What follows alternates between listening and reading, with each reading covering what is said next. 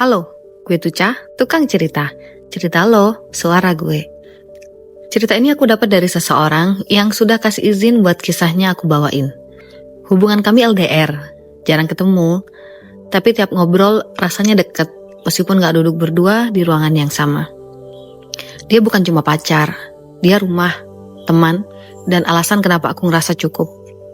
Aku cinta banget sama dia.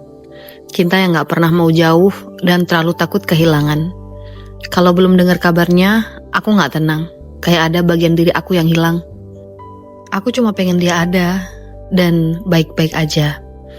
Tanpa kabar sebentar aja, kepalaku rasanya penuh khawatir.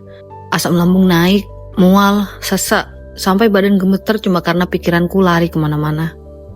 Hubungan kami indah, bukan karena sempurna, tapi karena kami sama-sama mau berusaha meskipun jauh.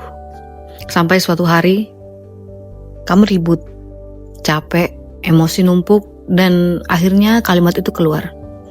Udah ya, kita putus aja. Aku marah, dan dia diam.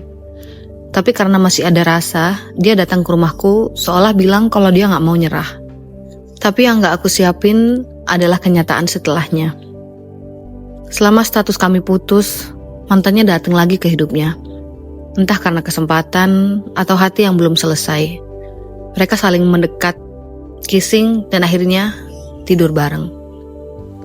Lalu setelah itu, dia balik lagi ke aku dengan kalimat yang dulu bikin aku ngerasa dipilih. Aku mau balikan lagi sama kamu. Dan bodohnya aku, meski hati aku pecah, aku tetap bilang, iya. Kami balik normal. Tertawa lagi, momen manis balik lagi, seolah semuanya bisa dipoles jadi baik lagi. Dia tahu titik lemahku, dan aku selalu jatuh di tempat yang sama. Tapi ada satu hal yang gak pernah balik, rasa aman. Aku gak lagi ngerasain hubungan, aku cuma bertahan di atas luka yang aku tutup sendiri. Aku merasa dipermainkan, bukan karena dia selalu salah, tapi karena aku terlalu cepat memaafkan tanpa sempat sembuh. Sampai akhirnya, aku lelah. Aku capek pura-pura kuat, capek pura-pura lupa, capek pura-pura gak sakit.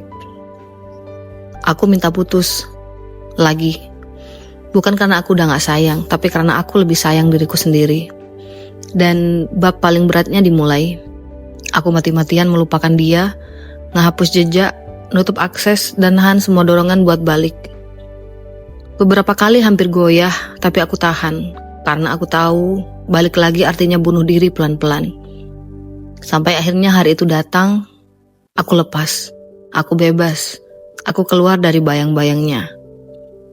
Karena kadang kemenangan terbesar dalam cinta bukan ketika kita dipilih, tapi ketika kita berani untuk bicara selesai.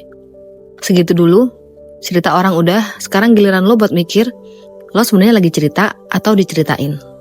Kalau lo juga punya cerita, kirim ke gue, biar suara lo, gue yang bawain.